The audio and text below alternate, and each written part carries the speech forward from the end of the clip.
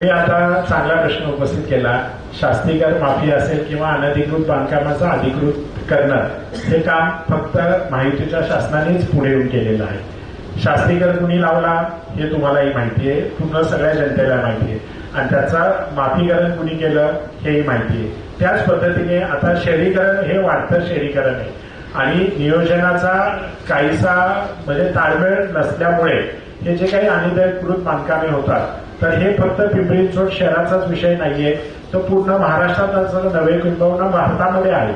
वाढतं शहरीकरण, वाढती लोकसंख्या आणि आपल्याकडे असणारे मर्यादित लँडबँक या सगळ्या गोष्टींमुळे किंवा नैसर्गिक साधनं जी आहेत की जिथे पाणी हवामान चांगले त्याच ठिकाणी नागरिक स्थलांतर जास्त होतात आणि अशा ठिकाणीच असे प्रश्न उपस्थित होतात. यासाठीच तर मग आपले महाराष्ट्राचे मुख्यमंत्री आणि माननीय मोदीजी हे जे काही धोरण आखतात आहेत की सगळीकडे समान विकास झाला पाहिजे, याच्यासाठी मग विदर्भ असेल, मराठवाडा असेल या ठिकाणी नवीन इंडस्ट्री तयार करणं की जेणेकरून स्थलांतरांचं प्रमाण कमी होईल आणि नागरिकांना आपल्या गावीच जे हाताला रोजगार मिळेल त्यांना तिथे उद्योगधंदे चालू करता येईल.